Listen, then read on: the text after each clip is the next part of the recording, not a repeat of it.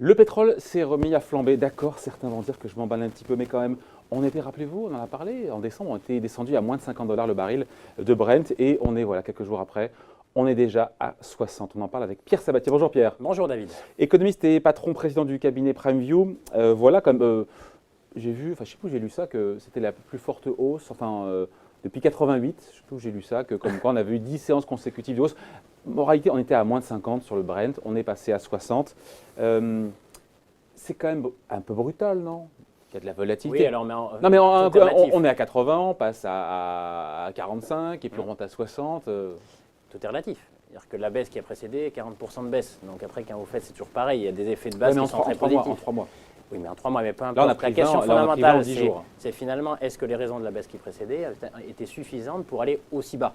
Donc l'anomalie, oui, c'était selon vous cette chute excessive de fin d'année sous 50 $, c'est ça qu'il faut comprendre? Est-ce qu'elle est excessive? Je ne sais pas. La question, c'est qu'en gros, le pari des investisseurs jusqu'en fin d'année, mais ça n'a pas été que sur le pétrole, c'était vrai sur les marchés actions, c'était vrai sur tous les actifs risqués. On a soldé les actifs risqués en fin d'année, les matières premières y participent pour une raison toute simple. Le scénario qui était joué, c'est celui d'un ralentissement très fort de la croissance mondiale qui pourrait même déboucher sur une récession.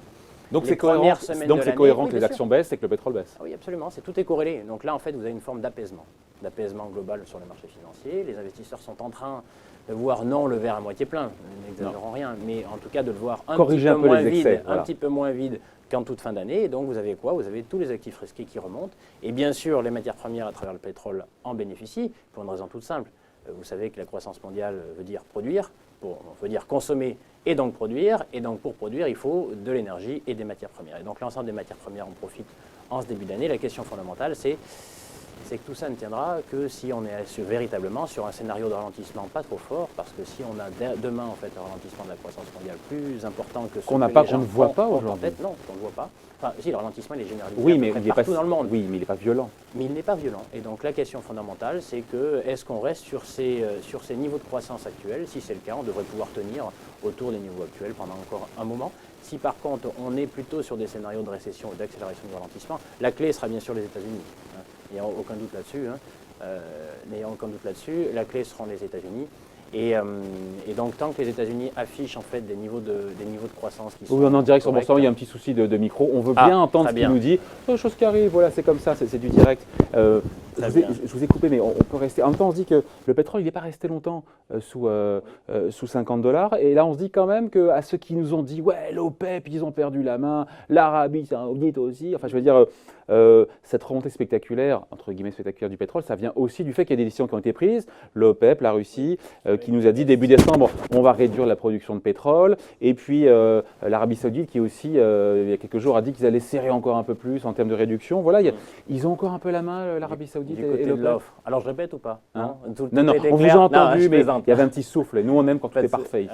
Très bien, bravo. Non, la question en fait de l'offre, alors il y a deux écoles en fait sur le prix des matières premières. Il y a ceux qui pensent que c'est l'offre véritablement et les goulets d'étranglement sur l'offre qui font les prix, et d'autres qui pensent que c'est la demande, en tout cas c'est la demande projetée de la part des investisseurs. C'est un peu les deux. Nous faisons plus partie de la deuxième école que de la première. Il ne faut pas nier aujourd'hui que l'OPEP et les pays producteurs sont en train de tout faire pour essayer de faire remonter les prix pour une raison toute bête. Vous savez, c'est que leur budget s'équilibre avec des prix plus élevés qu'à 45 $ ou 50 $. Donc naturellement, ils ont vocation à essayer de les pousser vers le haut. Sauf que aujourd'hui, le prix des matières premières, c'est un actif financier. Et c'est la raison pour laquelle c'est plus la demande projetée qui l'emporte. Et donc non, nous ne croyons pas aujourd'hui que la hausse récente est le fruit finalement des résultats des décisions prises par l'OPEP et les pays non. Quand on restreint l'offre, il y a l'offre, la demande. Voilà, la demande est toujours au rendez-vous. C'est 1 million de barils jour dans le monde chaque année en plus, donc elle est là. Et quand l'offre, il y a 1 million et quelques de barils en moins, c'est mécanique. Oui, à terme, oui, il n'y a pas de souci. Sauf qu'en fait, le prix sur les marchés financiers, c'est un prix tout de suite. Et la question fondamentale, c'est qu'est-ce que vous jouez comme scénario? Parce que si vous êtes sur le scénario d'un ralentissement beaucoup plus fort, qu'est-ce que vous dites derrière? Vous dites que la consommation, notamment des Chinois, va ralentir plus fortement. Donc moins de demande. Si l'Europe déjà ralentit relativement fortement, même si on reste sur des niveaux positifs, si les États-Unis s'y mettent, qu'est-ce qui se passe? Il se passe que même si aujourd'hui les chiffres restent corrects, vous projetez des chiffres qui seront moins favorables en fait à l'avenir, et donc une consommation moins favorable, donc un besoin de production moins favorable, et donc une consommation d'énergie qui ira avec. Et donc on est vraiment dans ce format-là, et je crois vraiment que cette hausse récente de 10 points, n'oublions pas qu'il y a deux types de pétrole, le Brent est à $60, le WTI reste à 52, donc c'est des niveaux qui sont à peine supérieur au niveau de coût de production des pétroles de schiste là-bas. Donc tout ça pose quand même des sérieux problèmes pour les producteurs. Mais la réalité, c'est que cette hausse, elle est bien plus le fait qu'il y a un apaisement généralisé aujourd'hui sur les marchés financiers et qui se lit d'ailleurs très bien. Regardez le Brexit qui aurait pu, donc, et le vote en défaveur de Theresa May au Royaume-Uni, qu'est-ce qu'on voit? On voit que les investisseurs maintenant n'ont plus envie de jouer, puisque concrètement, cette mauvaise nouvelle, a priori, aurait dû faire baisser les actifs financiers. Parce que son dernier recours, c'est le Parlement qui a le dernier mot. Bien sûr, qui n'a pas envie d'un hard Brexit. D'accord, mais peu importe. Je veux dire que dans le paysage, normalement, vous auriez été en fin d'année dernière, ça aurait fait rebaisser les marchés. Aujourd'hui, globalement, ce n'est pas ce que jouent les investisseurs. Ils n'ont plus envie. Ils considèrent que la baisse qui a précédé est suffisante pour intégrer toutes les mauvaises nouvelles qui sont arrivées, voire qui continuent d'arriver. Et aujourd'hui, on est vraiment sur le scénario de l'apaisement. Donc l'apaisement... Mais ça reste fragile sur le pétrole. On a sentiment que ça reste quand même fragile parce que sur le pétrole, sur les actions, sur tous les actifs. Non, mais sur le pétrole, on se dit que Trump, qui va bientôt rentrer en campagne, il va se mettre sûrement de nouveau à pousser un peu une gueulante si jamais le pétrole passe de 60 à $70. Je ne sais plus quel est le ministre du pétrole, je crois que c'est des Émirats Arabes Unis, qui disait qu'on va vers les $70. À $70, je pense qu'il aura dégainé des tweets vengeurs. Alors, quand même, le chemin est étroit pour Donald Trump, parce qu'il ne faut pas non plus que les prix soient trop bas, parce que sinon, vous savez qu'une grosse partie des emplois qui ont été créés aux États-Unis au cours des dernières années sont directement la résultante de l'émergence des pétroles de schiste. Ceux qui bossent dans l'industrie. Et donc, sauf que ces électeurs sont plus nombreux chez les consommateurs que chez ceux qui bossent dans l'industrie. Oui, voilà, mais en gros, il n'a aucun intérêt à ce que ça soit à 30, mais il n'a aussi aucun intérêt à ce que ça soit à 70. Donc, finalement, un prix entre 50 et 60 devrait pouvoir à peu près en fait convenir à tout le monde. Donc voilà. Donc il n'y a pas de raison. Il n'y a pas de raison que ça rebaisse. Donc ça veut dire que déjà il pourrait y avoir des raisons, mais alors là pour le coup, je sens les raisons que ça rebaisse, ça veut dire que derrière les négociations en fait États-Unis, Chine essentiellement, c'est tous les éléments, les raisons pour que ça rebaisse, c'est des éléments anxiogènes. C'est-à-dire que si demain l'aversion pour le risque réaugmente et les investisseurs se remettent finalement à jouer le scénario du pire, il est évident que la récession plus aggravée, plus violente. Donc deux choses, les chiffres de l'économie réelle, qui pourraient d'ailleurs, donc macroéconomiques, qui pourraient aussi en fait déjà avoir des conséquences sur les chiffres microéconomiques qui sont à venir, donc aux États-Unis notamment. Donc la saison de publication de résultats nous indiquera aux investisseurs s'il faut s'inquiéter ou si on s'est trop inquiété.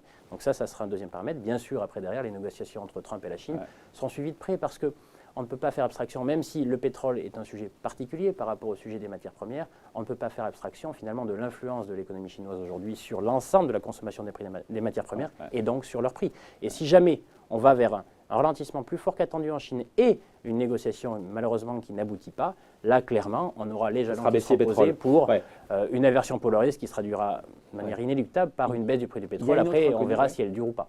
Il y a une autre inconnue, c'est la production justement du pétrole de schiste américain. Parce que apparemment depuis 2-3 ans, tout le monde, enfin tous les experts, sous-estiment leur capacité à produire. Ils produisent beaucoup plus que ce qu'on avait imaginé et c'est ce qui a pesé à la baisse sur les prix. Aussi nous dit que ça va continuer.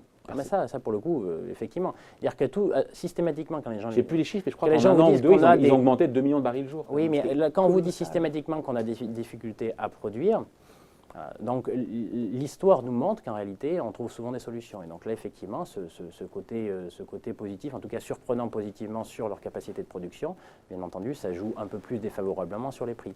Mais donc les turbulences sont loin d'être terminées sur le pétrole. Tout va dépendre de l'aversion pour le risque généralisée sur les actifs financiers en général. Et donc le prix du pétrole ne pourra pas évoluer de manière pérenne, indépendante en fait des marchés actions, des marchés d'obligations risqués, etc. Il y a cette cohérence. Les actions ont monté, le pétrole a remonté. Absolument. Dans l'histoire, il y a toujours une corrélation positive, non pas toujours, entre... ça dépend des moments. Ça dépend des moments. Attention, a posteriori, ça dépend en tout cas, des moments. Nous faisons partie des gens qui disent systématiquement méfiez-vous des corrélations. Parce qu'une corrélation, ça reste jusqu'au moment où elle explose, et en général, elle explose de manière extrêmement brutale, ce qui fait que là, pour le coup, on est sur des divergences très fortes en fait, de prix. Donc vous pouvez très bien avoir positivement des prix du pétrole qui montent, qui poussent notamment les actions des entreprises productrices vers le haut, jusqu'au moment où les investisseurs se disent que là, ça devient trop élevé, ça fait prendre un risque à la consommation des ménages, donc à la croissance. Et là, les prix du pétrole, en fait, vont entraîner en fait un solde des actifs risqués. Donc les corrélations n'ont pas grand intérêt, elles sont intéressantes, mais pas très utiles.